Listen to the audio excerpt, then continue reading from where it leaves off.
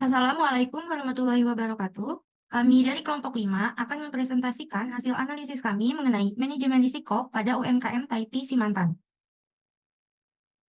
Adapun anggota kelompok kami yang beranggotakan Dian Fadila dengan NIM 148, Hasna Rohaini dengan NIM 151, dan saya sendiri Tiara Nur Aprilia dengan NIM 159, Salma Fitria dengan NIM 165, dan Anissa Gali dengan NIM 171. Untuk pembahasan yang pertama akan dijelaskan dan dipaparkan oleh Anissa Gali. Kepada Saudari Anissa, dipersilakan. Baik, yang pertama pengertian manajemen risiko, yaitu proses terstruktur dari sistematis untuk identifikasi, mengukur, memetakan, mengembangkan alternatif penanganan risiko, memonitor, dan mengendalikan perlakuan risiko. Yang dimana tujuannya yang hendak dicapai dengan manajemen risiko adalah untuk menghindari perusahaan dari kegagalan, mengurangi pengeluaran, menaikkan keuntungan, menekan biaya produksi, dan sebagainya.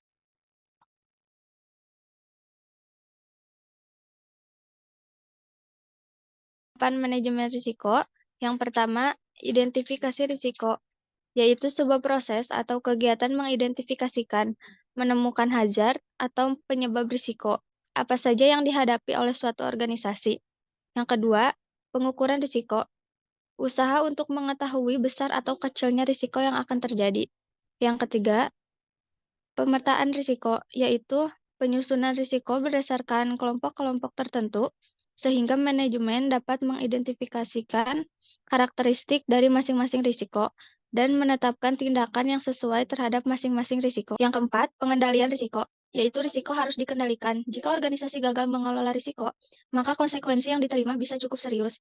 Misalnya kerugian besar, teori dari penghindaran risiko, yaitu risk avoidance, pengurangan risiko, risk reduction, pemindahan risiko, risk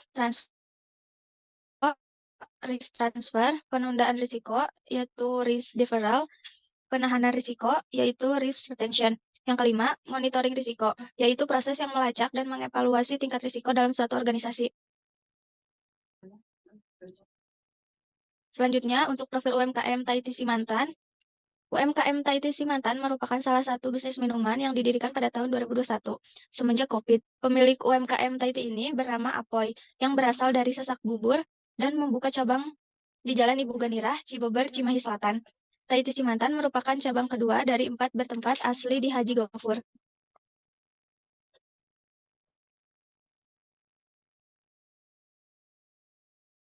Baik, terima kasih, Anissa. Dan untuk yang selanjutnya akan dijelaskan oleh Dian. Pada Saudari Dian, disilakan. Baik, selanjutnya ada identifikasi risiko. Dengan fungsi perusahaan, yang pertama risiko pemasaran, yang kedua risiko operasional, yang ketiga risiko SDM, dan yang keempat risiko keuangan. Selanjutnya, ada pengukuran risiko dengan skala dampak, skor 1 kurang dari 200.000 sangat kecil, skor 2 200.000 sampai 400.000 kecil, skor 3 400.000 sampai 600.000 menengah, skor 4 600.000 sampai 800.000 besar. 5 lebih besar dari 800.000 itu sangat besar. Selanjutnya ada skala probabilitas dengan skor pertama 0 sampai 2 per bulan itu sangat jarang, skor 2 3 sampai 5 per bulan jarang, skor 3 6 sampai 8 per bulan kadang, skor 4 9 sampai 11 per bulan sering, skor 5 lebih dari 11 per bulan itu sangat sering. Selanjutnya di sini ada risiko pemasaran. Yang pertama, banyaknya pesaing dengan kode P1, dampak 5, probabilitas 5, skor 25. Yang kedua, tidak menggunakan teknologi yang tepat dengan kode P2, dampak 4, probabilitas 4, skor 16. Yang ketiga, tidak memahami kompetitor dan target pasar dengan kode P3, dampak 4, probabilitas 3, dengan skor 12. Selanjutnya, ada risiko operasional. Yang pertama, keterlambatan dalam pasokan bahan baku dengan kode 01 dengan dampak 2, probabilitas 2, skor 4. Yang kedua, ketergantungan pada bahan baku O2, dampak 5, probabilitas 4, skor 20. Yang ketiga, peralatan atau mesin rusak dengan kode O3, dampak 3, probabilitas 2, dengan skor 6.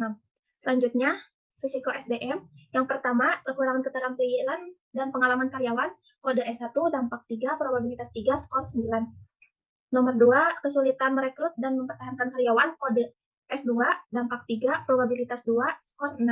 Ketiga, kekurangan karyawan pada saat hari tertentu dengan kode S3 dampak 4 probabilitas 2 dengan skor 8. Selanjutnya, risiko keuangan.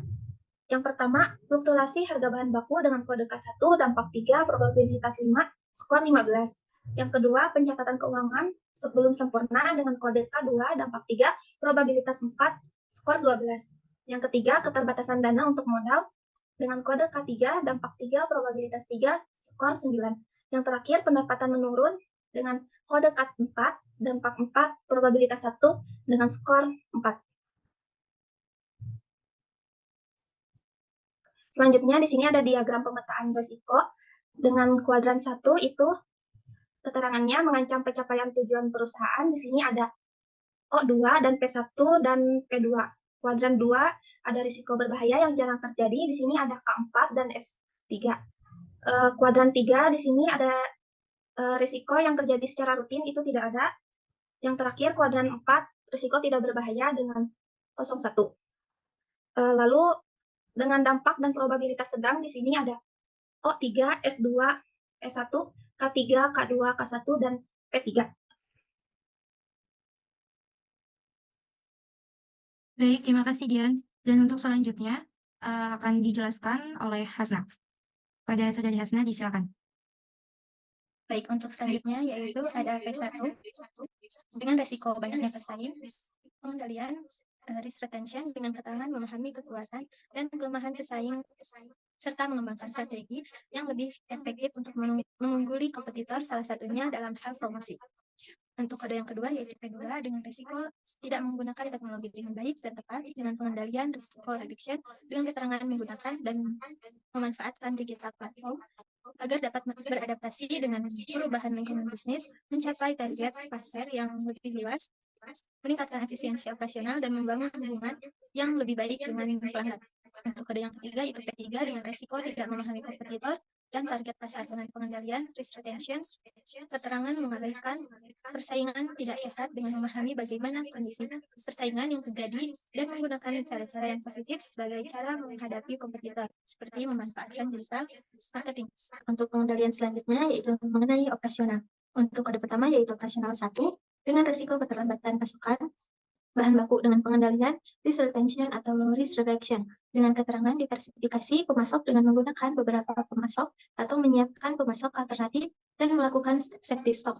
Untuk operasional kedua yaitu mengenai risiko ketergantungan pada bahan baku dengan pengendalian risk reduction dengan keterangan melakukan inovasi produk atau bekerja sama dengan petani lokal yang dapat menyediakan bahan baku segar dan berkualitas. Untuk operasional ketiga yaitu risiko peralatan atau mesin rusak dengan pengendalian risk reduction dengan keterangan melakukan maintenance berkala dan pelatihan operasional karyawan agar menggunakan peralatan dengan benar dan aman untuk mengurangi risiko kerusakan akibat kesalahan manusia.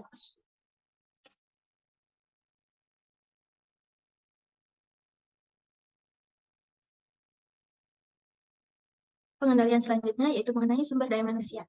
Untuk kode pertama yaitu S1 dengan risiko kekurangan keterampilan dan pengalaman karyawan dengan pengendalian risk reduction atas keterangan, melakukan pelatihan dan pengembangan karyawan, juga melakukan job rotation untuk memperluas keterampilan, pengalaman, dan pemahaman karyawan. Untuk SDM yang kedua yaitu dengan kode S2 dengan risiko kesulitan merekrut dan lebih memilih mempertahankan karyawan dengan pengendalian risk deferral dengan keterangan memberikan fleksibilitas dalam jadwal kerja untuk membantu karyawan menyeimbangkan pekerjaan dan kehidupan pribadi karyawan, meningkatkan kesejahteraan karyawan dan menyediakan fasilitas yang memadai serta kondisi kerja yang baik. Untuk SDM yang ketiga yaitu dengan kode S3 dengan risiko kekurangan karyawan pada saat hari tertentu dengan pengendalian risk avoidance dengan keterangan menentukan shift kerja yang tepat, merekrut karyawan paruh waktu atau menambahkan sistem kerja lembur dengan insentif.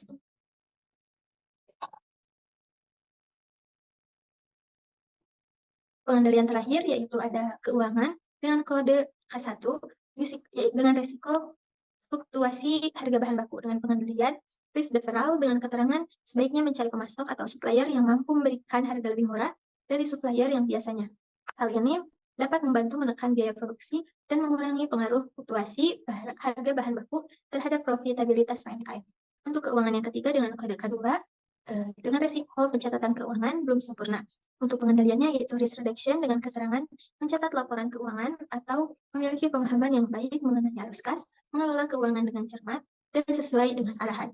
Untuk keuangan ketiga yaitu dengan kode K3 dengan risiko keterbatasan dana untuk modal usaha. Dengan pengendalian risk retention dengan keterangan sebaiknya menyisihkan sebagian keuntungan usaha untuk ditabung sebagai modal cadangan. Jadi jika terdapat modal cadangan yang disimpan dapat mengantisipasi kebutuhan modal mendesak atau tidak terduga. Untuk keuangan keempat yaitu dengan kode K4 dengan risiko pendapatan menurun, pengendalian risk reduction dengan keterangan meningkatkan kualitas produk dan layanan, berinovasi melakukan penawaran khusus dan promo serta mengurangi suplai bahan baku.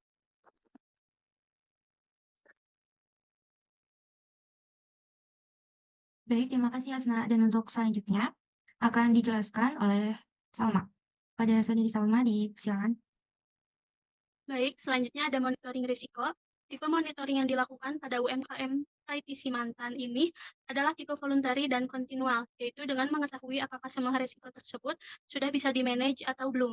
Monitoring yang dilakukan adalah seperti berikut. Yang pertama, ada voluntary di mana pemantauan risiko secara langsung dan dilakukan oleh pengusaha yang bertujuan untuk membantu pengusaha dalam mengatasi risiko atau peristiwa yang terjadi.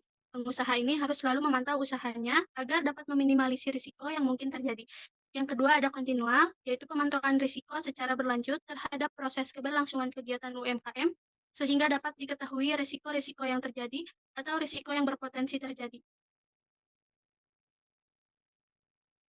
Selanjutnya, monitoring yang harus dilakukan ITC Mantan. Yang pertama ada membuat inovasi yang berbeda dan belum ada sebelumnya. Yang kedua, membeli peralatan yang mudah agar kegiatan operasional terlaksana dengan lancar. Yang ketiga, melakukan promosi yang lebih gencar melalui media sosial. Yang keempat, melakukan pencatatan laporan keuangan setiap bulan agar terlihat jelas keuntungan dan kerugiannya. Dan yang terakhir, melakukan evaluasi rutinan setiap bulan bisa melakukan kemajuan perkembangan dalam menjalankan UMKM ini.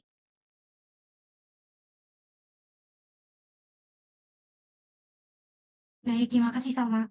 Dan untuk kesimpulan dari hasil analisis kami, berdasarkan hasil wawancara dan analisis kelompok yang kami lakukan, UMKM Taiti Simantan memiliki 13 risiko berdasarkan 4 fungsi perusahaan, meliputi sumber daya manusia, operasional, pemasaran, dan keuangan. Dengan menerapkan analisis manajemen risiko, perusahaan Taiti Simantan dapat mengidentifikasi potensi risiko yang dihadapi dalam berbagai aspek bisnisnya, mulai dari rantai pasok hingga pemasaran dan keuangan. Dengan pemahaman yang lebih baik tentang risiko ini, perusahaan dapat mengambil langkah proaktif untuk mengurangi dampak negatifnya dan memanfaatkan peluang yang ada.